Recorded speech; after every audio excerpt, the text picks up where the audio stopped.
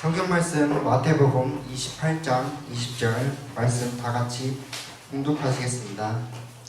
내가 너희에게 분부한 모든 것을 가르쳐 지키게 하라. 볼지어다 내가 세상을 끝날 때까지 너희와 항상 함께 있으리라 하시니.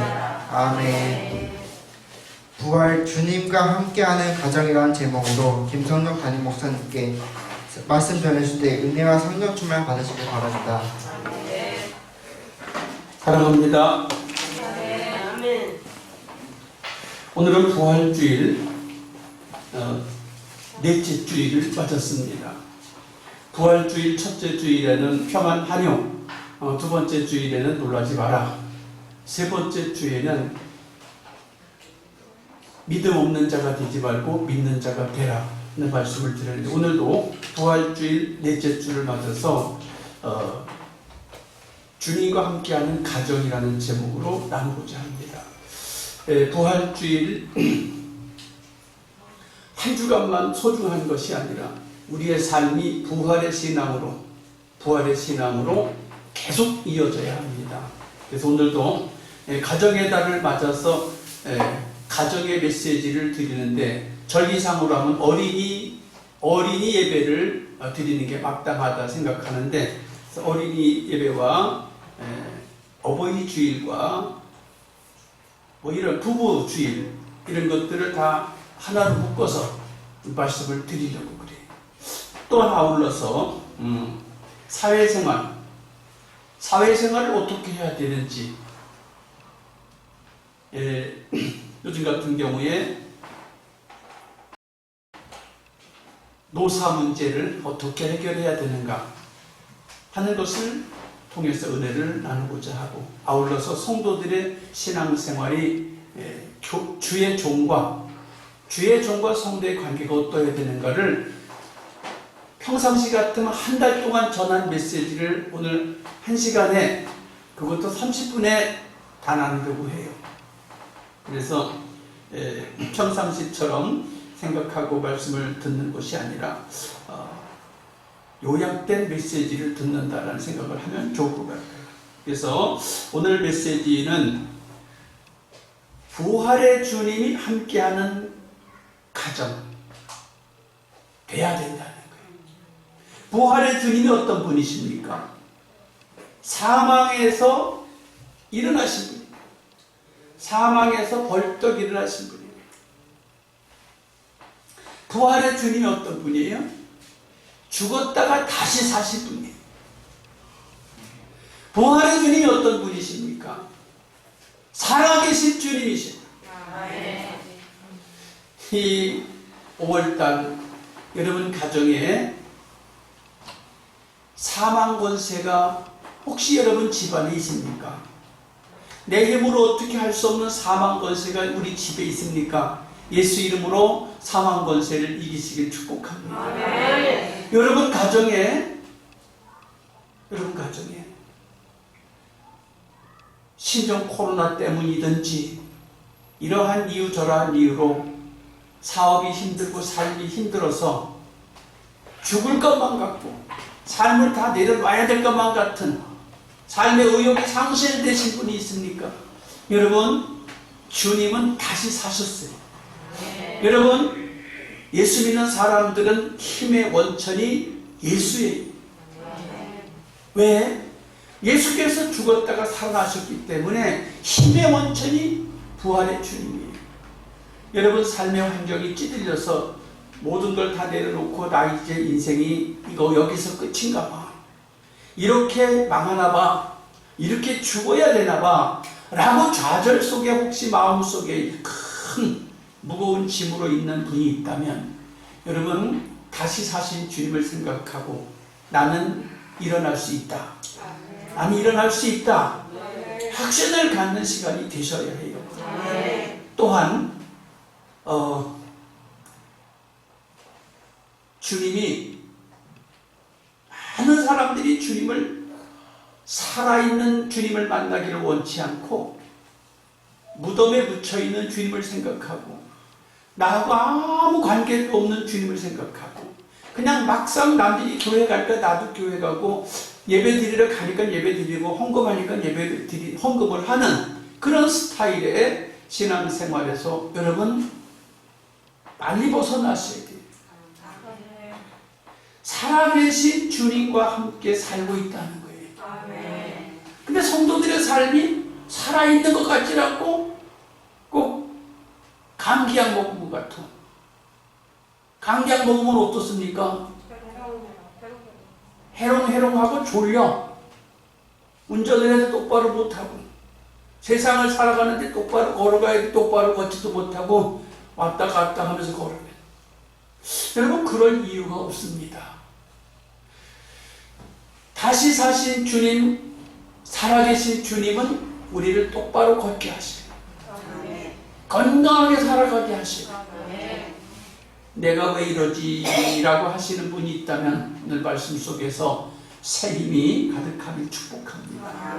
그래서 오늘 본문의 말씀을 마태복음 28장 20절 한 절을 선택했는데, 그 20절 가운데서도 내가 항상 너희와 함께 하겠다.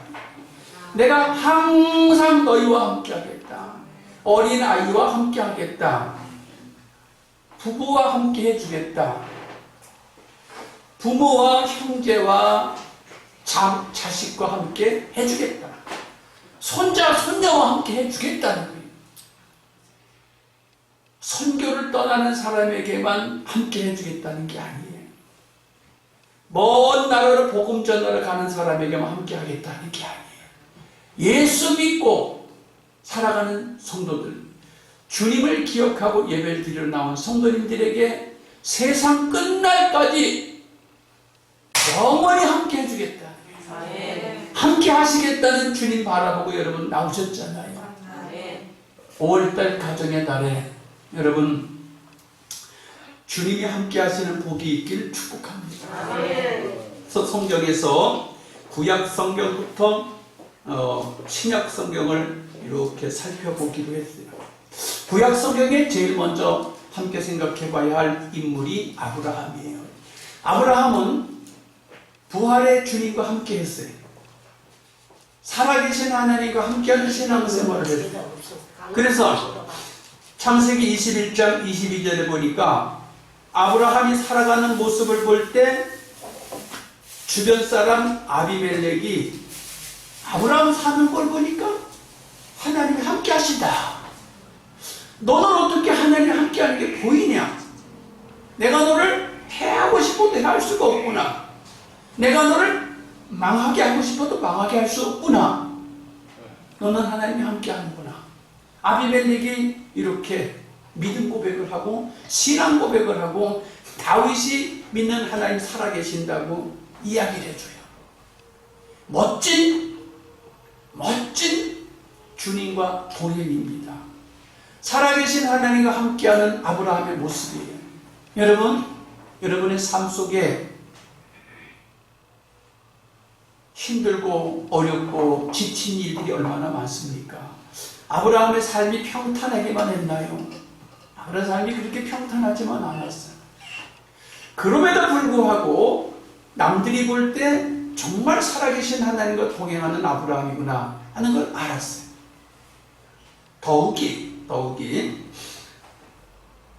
이삭이 나오는데 창세기 25장 21절에 이삭이 그 아내가 잉태하지 못함으로 하나님 앞에 간구하매 하나님께서 그 이삭의 기도를 들으시고 잉태하게 해줬다. 여기서 이삭이 하나님을 체험하는 거예요. 이삭이 살아계신 하나님, 나와 동행하신 하나님을 체험하는 거예요. 이삭의 기도를 통해서 하나님이 도와주시는 걸 믿는 거예요. 여러분, 지금 교회에 오셔서 예배 직전에 머릿속에서 무슨 기도를 하셨을까요? 여러분, 주님 앞에 나오셔서 무슨 기도를 짤막하게 묵도를 하셨을까요? 주님은 여러분의 기도를 들으십니다.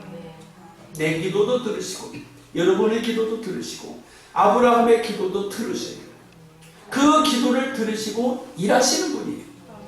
일을 행하시는 여호와, 그것을 지어 성취하는 여호와, 그 이름을 여호와라는 자가 우리에게 응답을 준비하고 계십니다. 이삭이 기도함에 아내가 잉태했다. 아니 아기 갖는 일을 남편이 기도해줬다고 응답이 되나? 되는 줄 믿길 축복합니다. 믿으셔야 돼. 창세기 30장 27절에 라반이 야곱에게 이르되 하나님이 너에게 복 주심을 내가 믿는다. 네가 손대는 일마다 그렇게 잘 되냐? 네가 손대는 일마다 그렇게 번성하냐? 짐승떼가 번성하고 소떼 양떼가 번성하고 내가 너 때문에 부자가 된 게 보인다. 그리고 너 어떻게 복이 많으냐? 부인이 맨몸뚱이로 와서 맨몸뚱이 하나로 와서 부인이 4명이나 되고 자식이 11명이나 되고 양떼 소떼도 많아지고 너는 하나님 함께 하시는 걸 내가 보니 믿겠다. 여러분, 살아계신 하나님을 믿는 여러분 잘 되어야 합니다. 그러면 잘 안 되는 분이 있습니까? 잘 안 될 때는 어떻게 해야 되겠어요? 하나님께 구해야 돼요. 야곱이 얼마나 기도하는 사람이에요. 정말로 야곱은 기도하는 사람이에요. 항상 기도하는 사람이에요. 크고 작은 문제를 항상 기도해요. 기도할 때마다 하나님이 도와주세요. 재산을 다 긁어모아서 처자식을 데리고 외삼촌 모르게 장인 어른 모르게 도망을 갔는데 사흘 만에 들켰어요. 사흘 만에 들켰는데 쫓아와서 하는 말이 이야 간밤에 네 하나님이 너를 죽이지 말라고 했다. 네 하나님만 나타나지 않았으면 내가 널 죽였을 거야. 사이가 왼수야. 이 사이가 왼수라고.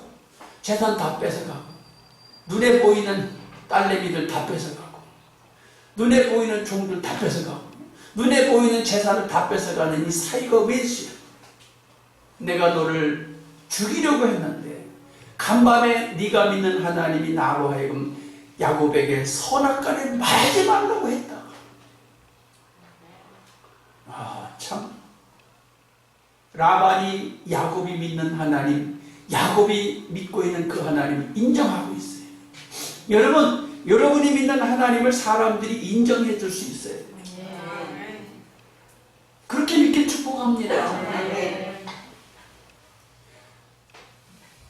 내가 혼자 하나님을 예배를 드리는 것만 중요한 게 아니고 다른 사람이 볼 때 박봉진 권사님의 하나님 살아계시는구나. 괜히 건드렸다 내가 손해보겠구나. 무서워서 떨 수 있어야 돼요. 여기 이은자 여집사님 건드리면 안 되겠어. 하나님 살아계신 게 보여. 삶에서 나타나야 돼. 왜 나타나야 돼? 부활의 주님, 다시 사신 주님,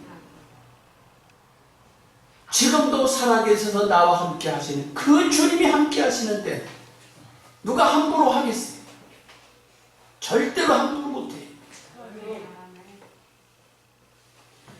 창세기 39장 2절에 보니까 여호와께서 요셉과 함께 하심으로 그가 형통한 자가 되어 그 주인 애굽 사람의 집에 있으니 주인이 여호와께서 그와 함께 하심을 보며 여호와께서 그의 범사에 형통케 하심을 보았더라. 요셉이 형통한 것이야. 요셉 입장에서 뭐 형통하다라는 말만 갖고 되질 않아요. 형들한테 팔려갔지. 종되었지. 뭐가 형통해? 인간적으로 뭐 형통한 거 아니잖아요. 그런데 과정은 어찌 됐든 보디발 장군의 집에 가서 보니까 그 부인이 하는 말이 야, 너는 정말 하나님 함께 하시는구나. 여러분 정말 성경 어디를 보아도 믿음의 사람들이 걸어가는 발자국에는 사람들이 저 사람 하나님과 함께 하셔. 보여줘야 돼. 어디서? 일하는 현장에서 가정생활하는 현장에서 드러나야 되는 거예요. 교회 와서 하나님 안녕하세요, 하나님 빠이빠이 안녕히 계세요, 여기서 나타나는 게 아니요. 바로 하시길 축복합니다. 그럼 지금 심지어 코로나가 창궐해서 예배를 제대로 드리지 못하는 분이 많이 있습니다. 그럼 그분들은 교회도 못 오고 와서 기도도 못 하는데 하나님 안녕하세요, 하나님 안녕히 계세요 이것도 못 하는데 그럼 어떻게 하나님 살아계신 걸 증거할 것이지? 여러분, 교회 와서 얼굴 도장 찍고 간다고 살아계신 게 아니에요. 살아계신 주님이 나의 일터에서 나타나 보여야 돼요. 살아계신 주님이 나의 삶의 현장에서 나타나 보여야 돼요. 살아계신 주님이 나의 인생길 한 발자국 한 발자국 1년 2년 인생 살아가는 10년 20년 살아가는 동안에 나의 발자국이 주님이 계신 것을 보여줘야 돼요. 보여줘야 되고 보여지게 되어 있는 것이. 요셉이 하나님과 함께 하심을 그 보디발 장군의 집에 부인이 보았어요. 또 감옥에 갇혔는데 전옥이 요셉이 하나님 함께하는 걸 봤어요. 애굽의 바로가 요셉을 총리로 세우고 나서 너같이 하나님에게 은혜 받은 사람이 어딨냐? 바로가 봤어요. 여러분, 주님이 함께 하신다는 것, 부활하신 주님이 함께 한다는 것, 살아계신 주님이 함께 하신다는 것, 다시 사신 주님이 함께 하신다는 것, 옛날 이야기가 아니고 부활주일날 그날만 땡 하고 오늘 부활주일입니다, 오늘 주님이 다시 사셨습니다가 아니고 이 5월달 가정의 달을 맞아서도 어린이 주일이든 어버이 주일이든 스승의 주일이든 주님이 나와 함께 하시는 것이 나도 느껴지고 다른 사람도 느껴지게 살아갈 때에 하나님의 놀라운 능력이, 존귀하심이, 전능하심이 영광 중에 올라가는 거예요. 나와 여러분의 삶을 통하여 주님 영광 받으시길 축복합니다. 아멘. 아멘.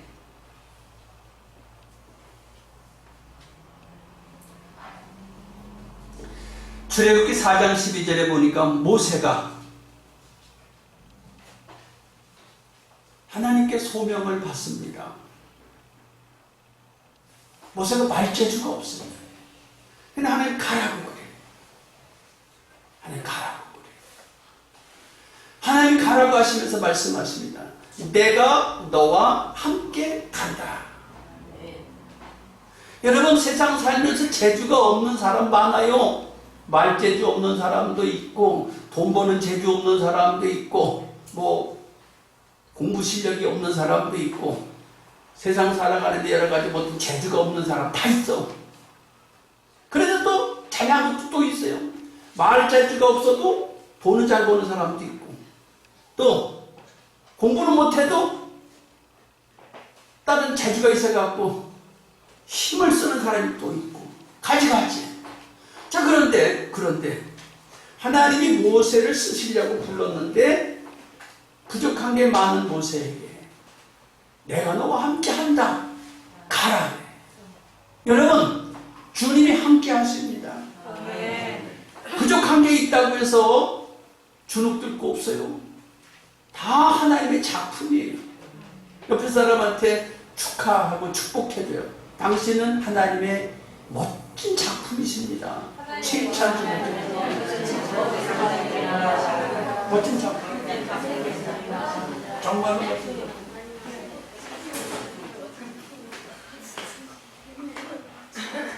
여러분의 소속이 하나님 앞에, 부활하신 주님 앞에, 다시 사신 주님 앞에, 여러분 소속이 거기에요.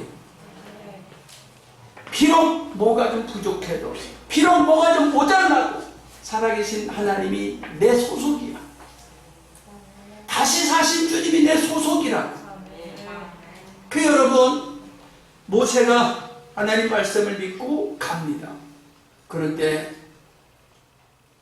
모세가 하나님 말씀을 딱 막 붙잡고 가는데 지팡이를 잡았는데 하나님의 지팡이를 잡았대. 양치던 지팡이를 잡고 가는 거예요. 근데 그 지팡이가 하나님의 지팡이로 변해버렸어요.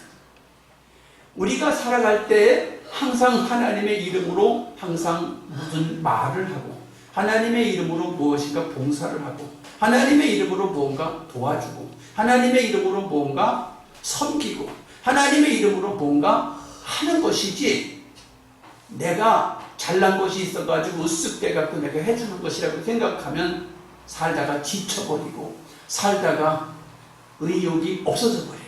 그러니까 여러분 주님 앞에서 내가 주님이 주시는 힘으로 한다 하는 사실을 기억하세요. 그러면 안 지쳐. 그럼 짜증도 안 나. 근데 내가 억지로 내 재주가 있어갖고 내 조금 뭐가 실력이 뛰어나서 이걸 한다고 생각하면 짜증도 나고 열도 하고. 그러나 주님이 주시는 힘으로 내가 섬긴다. 주님이 나를 인정하셔서 이렇게 이 일자리를 주셨구나 하고 감당하는 것이. 그러면 당당하지만 모세가 생을 마칠 때까지 살아계신 하나님이 모세와 함께 하심으로 아무도 모세를 함부로 하지 못했어요. 제사장 무리가 모세를 한번 걸고 넘어졌어요. 그래서 모세가 할 수 없어서 하나님 앞에 너희들이 옳은지 내가 옳은지 하나님 앞에 맡기자 하고 결단하고 나갔어요. 근데 하나님께서 그 모세를 대적하는 사람들을 땅이 입을 벌려서 삼켜버린 거예요. 땅이 입을 벌려서 삼켰다. 이게 뭔 소리예요? 오늘날 표현으로 하면 지진이에요. 근데 또 지진이 났는데 또 모세 쪽은 괜찮고 가까이 있는데 그래 고옆을 괜찮고 그 사람들이 있는 자리만 땅 입을 벌려가지고 꿀떡 삼키냐고. 표현이 그렇게 되어 있을 뿐이에요. 하나님을 믿고 가는 사람들, 부활하신 주님이 함께 하신다는 사실을 믿고 사는 사람들, 그런 가정을 꾸리고 있는 사람들, 하나님이 우리 가정에 함께 하셔, 하나님이 내 일터에 함께 하셔, 하나님이 내 자녀와 함께 하셔, 하나님이 내 남편과 함께 하셔, 하나님이 내 아내와 함께 하셔, 하나님이 내 형제와 함께 하신다고 생각하는 사람들, 그렇게 믿고 인생을 살아가는 사람들에게는 하나님이 보장하신다는 거예요. 여러분, 가정에 주님이 함께 하시는 주일이 되시길 축복합니다. 구약 성경 어디를 보아도 신약 성경 어디를 보아도 동일하게 하나님이 일하시고 역사하십니다. 신약 성경을 살펴보도록 하겠습니다. 에베소서 5장 8절에 너희가 전에는 어둠이더니 이제는 주 안에서 빛이라. 빛의 자녀들처럼 행하라. 빛의 열매는 모든 착함과 의로움과 진실함에 있느니라. 주님께 기쁘시게 할 것이 무엇인가 시험하여 보라. 주 안에서, 즉 부활의 주 안에서 전능하신 능력 안에서 가정과 이웃을 세상을 향해 살아갈 수 있길 예수 이름으로 축복합니다. 우리가 빛의 자녀라고 해요. 우리가 빛의 자녀. 신약 성경에 와서 우리를 바울이 빛의 자녀다. 빛이 뭐예요? 밝은 모습으로 드러나고 있는 하나님이 빛이십니다. 예수님이 빛이십니다. 저와 여러분이 빛된 삶을 살게 되어야 되는 것입니다. 여러분, 빛의 열매는 모든 착함과 여러분 착하게 사세요. 할렐루야. 부모와 자녀 관계가 착함으로 이루어져야 돼요. 형제와 형제 관계가 착함 관계가 있어야 돼요. 부모와 자식 관계가 착함이, 선함이 있어야 돼요. 노사가 착한 관계에 이루어져야 돼요. 노사가 착한 관계에 이루어져야 돼요. 어거지쓰면 안 됩니다. 할렐루야. 부부지간에도 착해야 돼요.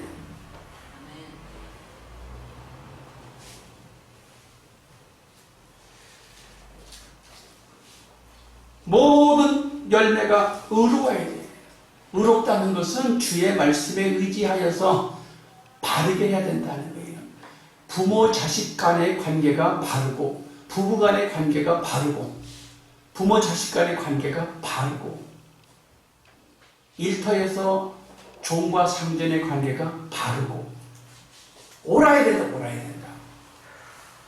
그래서 어떻게 해요? 우리 삶의 모습, 모든 모습이 주님 앞에 있는 것을 생각하고 살라는 거예요. 이게 쉬울까요? 어려울까요? 할렐루야. 의롭게 사는 게 좋아요? 어려워요? 싫어요? 힘들어요? 자기의 경건을 측량해 볼 수 있어요. 내가 의롭게 사는 게 쉽다. 내가 의롭게 사는 게 어렵다. 내가 의롭게 사는 것이 그냥 그렇다. 여러분, 의롭게 사는 것이 자기를 보호하는 길이고, 의롭게 사는 것이 형통해지는 비결이고, 의롭게 사는 것이 장래에 자기에게 좋은 것을 쌓는 결과예요. 의롭지 않으면 부부관계도 깨져.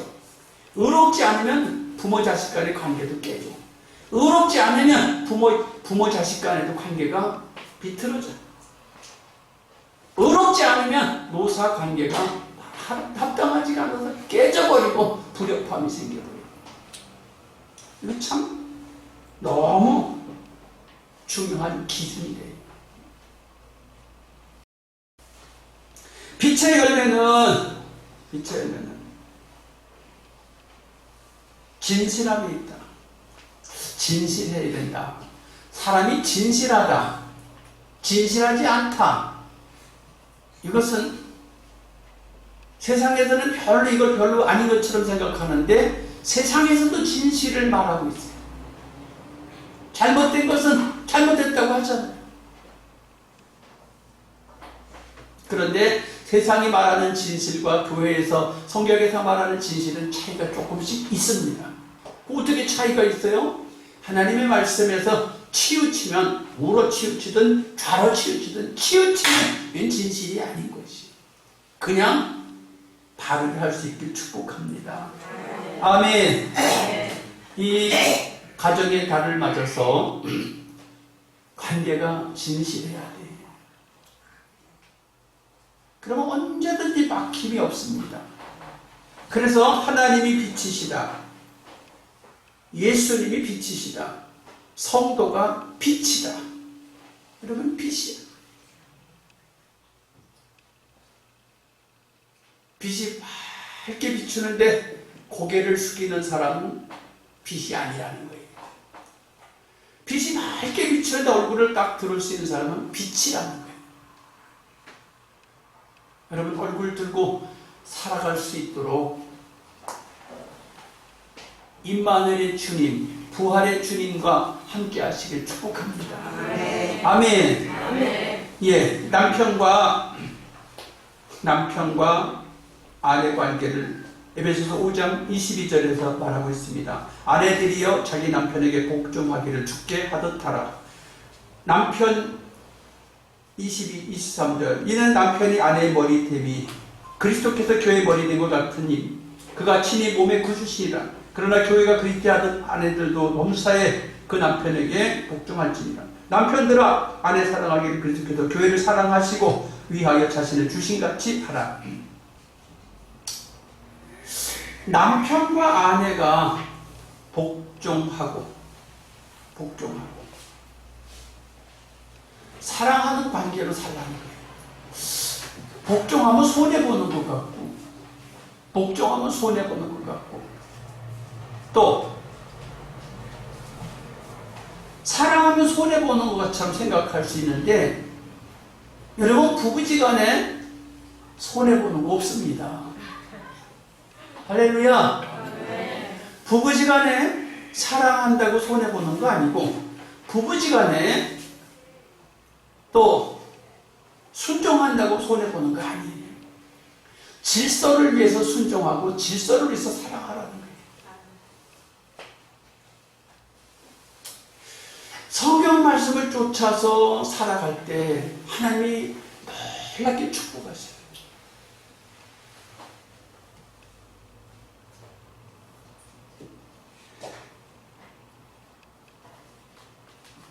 자녀와 부모 관계를 말합니다.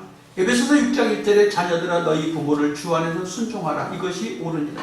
내 아버지의 어머니를 공경하라. 이것이 약속 있는 첫 계명이니 이는 내가 잘되고 땅에서 장수하리라. 또 아비들아 너희 자녀를 노엽게 하지 말고 오직 주의 교훈과 훈계로 양육하라. 어떤 가정에서 있었던 일인데 자녀들이 부모에게 효도를 잘 안 해가지고 부모가 자식들을 볼 때마다 맨날 야 이놈의 새끼들아 맛있는 것도 안 사오냐, 먹을 것 좀 안 갖고 오냐, 효도비를 좀 안 갖고 오냐고 야단을 치면 또 자녀들은 부모한테 그런데 주 안에서 자녀를 노엽게 하지 말라고 그랬다. 그 자녀가 또 성경 말씀을 가지고 또 인용을 한다는 거예요. 자녀를 노엽게 하지 말라고 그러는데 왜요? 네? 부모님은 이렇게 우리를 갖다가 노엽게 하시냐고. 여기서 중요한 건 주님 안에서가 맞았어 문제예요. 나이가 들고 부모가 됐다고 해서 무조건 효도를 받아야 되는 게 아니라 주 안에서 효도를 받아야 돼요. 그 다음에 또 자녀들은 나이가 어리더라도 부모한테 무조건 효도만 해야 되는 게 아니라 주님 안에서 효도를 해야 돼요. 그러니까 주님 안에서 사랑하고 주님 안에서 효도하라고 하는데 여기서 주님 안에서라는 말은 부활의 주님, 다시 사신 주님, 살아계신 주님 안에서라는 말이에요. 부활의 주님 따로 있고 다시 사신 주님 따로 있고 살아계신 하나님 따로 있는 것이 아니라 부활의 주님이 가정의 달을 맞아서 부모와 자식 간 관계 속에서도 자식과 관계 속에서도 그 주님이 일하시게 해야 된다는 거예요. 다시 말하면 이런 거예요. 부모가 예수를 안 믿어. 근데 자식이 예수를 믿어. 근데 교회에 갔어요. 그랬더니 부모가 그걸 알고 자식을 막 야단쳐서 교회 가지 말라고. 그럼 교회 가지 말아야 돼요? 가야 돼. 효도한다고 가지 말아야 돼요? 가야 해요. 진우, 배진우 물어보겠습니다. 교회 가지 말라고 막 할머니가 야단을 치고 아빠가 야단을 쳤어. 가야 해요? 안 가야 해요? 가야 돼. 그게 효도예요? 네. 박수 한번 쳐. 네. 부모 말을 안 듣는 것 같고 할머니 말을 안 듣는 것 같지만 말씀 안에서 부활하신 주님 말씀 안에서 살아계신 하나님 말씀 안에서 내가 부모의 말에 할머니의 말씀에 순종하지 않는 것 같아도 그게 효도라는 거예요. 성경을 여러분이 잘 이해해야 돼. 그냥 부모가 가지 말랬다고 안 가면 되는 게 아니라 그래도 가야 해. 그래도 할렐루야. 네. 그래도 가야 해. 옛날에 지금은 별로 그렇지 않은데 옛날에는 한국에 복음이 처음 들어왔을 때에는 부모가 자식을 교회 못 가게 하는 부모들이 많았습니다. 그리고 또 많은 정도가 아니라 막 때리고 내쫓고 그랬어요. 때리기도 하고 내쫓기도 하고 그랬어요.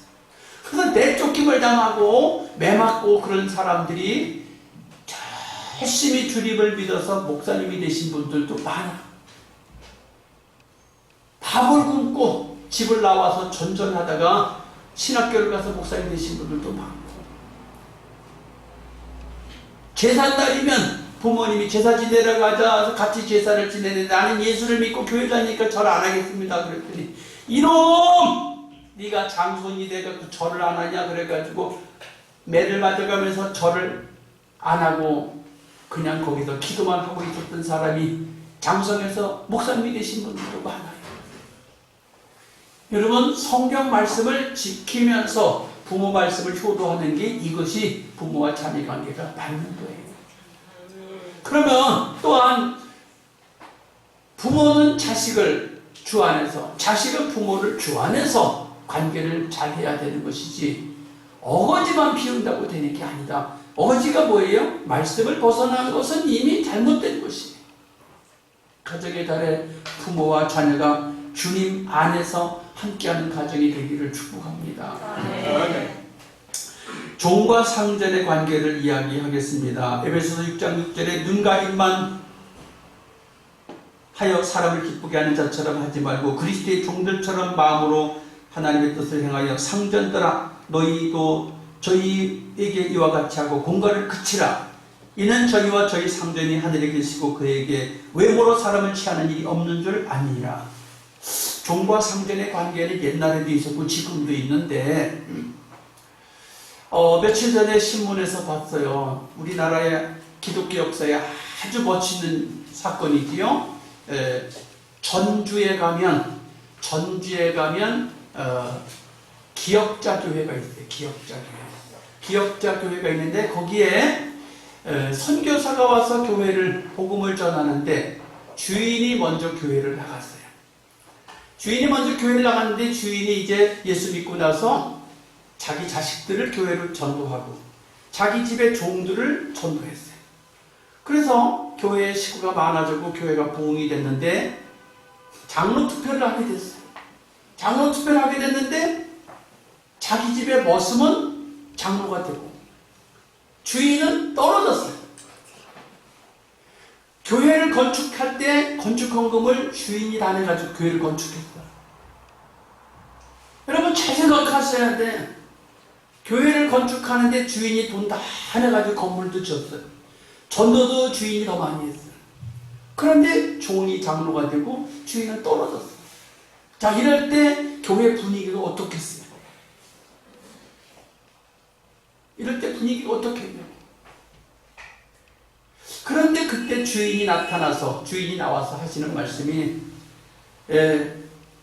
이번에 장로님이 되신 분은 너무너무 훌륭한 분입니다. 잘 섬기겠습니다. 하나님 뜻입니다. 근데 박수해서 무사히 그 장로 투표를 마쳤다고 그래요.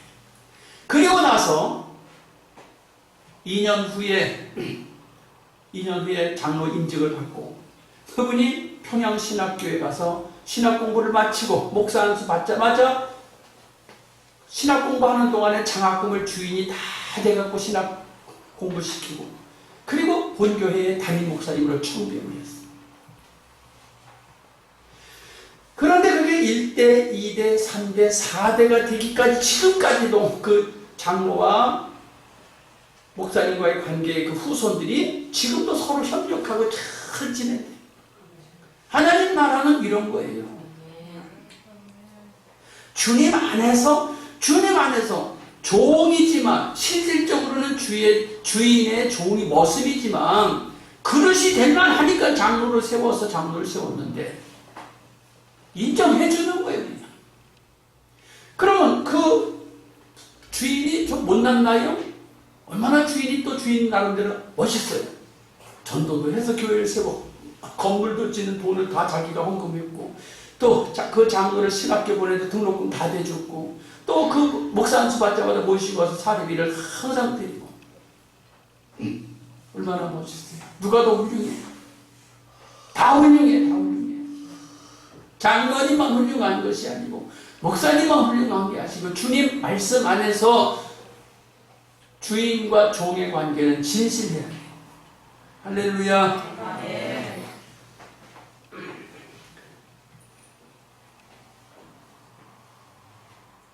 또한 최근에 이런 일이 있었어요. 광주에서 광주형 일자리를 정부에서 주도했어요. 광주시장 이용석 광주시장이 광주형 일자리를 창출한다고. 임금은 나라에서 정한다. 노조를 구성할 수는 있다. 그러나 노조가 정부에서 정하는 임금을 뛰어넘거나 회사에 간섭하지 않는다. 그 전제 조건 하에 광주형 일자리를 창출했어요. 몇 년 전부터 준비해갖고 이제 시작이 되는데 금년 초에 광적 일자리 그 노동자 연맹에서 안 된다! 우리 노동자들이 타협을 해서 해야 된다. 그래서 현대자동차에서 그래 그럼 없던 일로 하고 안 하겠습니다 그랬어. 그랬더니 광주시장이 진땀을 빼갖고 우리 노동자들한테 가서 이게 없던 일을 해서 했지 않냐. 그 광적 일자리가 깨지려고 했는데 노동자들이 양보를 했어요. 왜? 날라가 버리면 개털이잖아. 여러분 개털 쓸모가 있어요? 개털 쓸모 없어. 광적 일자리 만들겠다고 정부가 나서서 하다가 광주시장이 나서서 하다가 안 돼가지고 날아갈 뻔했어요. 그게 자기들이 고개를 숙였어요. 이게 뭡니까? 바울 때에도 종과 상전의 관계가 있어요. 우리나라 기독교 역사에 종과 상전의 관계가 있대요. 오늘날 이 시대에도 종과 상전의 관계가 노사가 서로 대립을 하고 있어요. 서로 대립의 관계가 아니라 서로 상생의 관계를 유지해야 돼요. 할렐루야. 지금 여러분이 다니고 있는 회사에서도 마찬가지야. 나 일 조금 하고 월급 많이 받고 싶고, 일 조금 하고 휴가 많이 받고 싶고, 일 조금 하고 승진하고 싶고. 그럼 사장은 어떻게 하라는 것이? 아니잖아요. 서로가 잘 돼야지. 사장도 잘 되고 종업원도 잘 되는 관계가 있어야 되지 않겠냐 하는 것이 종과 상전의 관계입니다. 그리고 성도들을 위하여 에베소서 6장 10절에서 20절까지 성도들이 어떻게 신앙생활을 해야 되는가를 말하고 있어요. 성도들이 어떻게 신앙생활을 해야 되는가? 성도들은 하나님의 전신갑주를 입어야 된대. 하나님의 전신갑주. 하나님의 말씀으로 머리부터 발끝까지 완벽하게 무장을 해야 된다는 거예요. 그러면서 완벽하게 무장을 하면서 7가지가 있는데 전신갑주를 입는 7가지가 있는데 그 중에 한 가지가 여러분과 함께 지금 나누고 싶어. 뭘? 성도는 주의 종을 해서 기도하라. 뭐라고 기도하냐? 주의 종이 항상 하나님으로부터 말씀을 공급받도록 기도해 주라. 조금 전에도 대표 기도하신 분이 잘 기도해 줬어요. 주의 종을 위해서 기도할 때 잘 먹고 잘 입고 잘 사는 것도 기도해 줘야 될 필요가 있겠지만 그거보다 중요한 건 주의 종을 위해서 기도할 때 하나님으로부터 말씀을 공급받도록 기도해 주라는 거예요. 나는 말씀을 공급을 하나님으로부터 받아야 돼. 그래서 그 다음에 두 번째 기도해 줄 일은 입을 벌려서 담대하게 복음의 비밀을 말하게 하라는 거예요. 목사가 돼서 말씀을 담대하게 전하지 못할 수 있어요. 왜? 이것저것 재느냐고. 이쪽에 눈치 보고 저쪽에 눈치 보고 이 성도 저 성도 눈치 보냐고 제대로 말을 못 전할 수가 있어요. 근데 담대하게 말씀을 선포하게 해달라고 기도해달라고 에베소서 6장 20절에 나와 있어요. 19절에 나와 있어요. 여러분 저를 위해서 기도해 주셔야 돼요. 이게 작은 일이 아니에요. 왜? 여러분은 내가 전하는 메시지를 듣고 여러분 신앙이 살기 때문에 인생을 성공해야 하기 때문에 기도해 주는 일이 중요하다는 것입니다. 말씀을 맺겠습니다. 신구약 성경을 살펴볼 때에 시대를 살펴볼 때에 현실을 살펴볼 때에 임마누엘의 주님, 내가 너와 항상 함께 하겠다고 하시는 그 하나님이 이 가정의 달에도 어린이 주일이든 부부 주일이든 어버이 주일이든 스승의 주일이든 임마누엘의 주님, 세상 끝날까지 나와 항상 함께 하겠다는 그 하나님과 함께 하셔서 여러분 가정이 복되길 축복하고 여러분 개인적인 인생이 복되길 축복합니다. 주여 삼창하고 기도하겠습니다. 하나님 나에게 주님과 함께하는 5월달을 맞게 하시고 주님과 함께하는 가정의 달이 되게 해주시옵소서. 주여 찬양합니다. 주여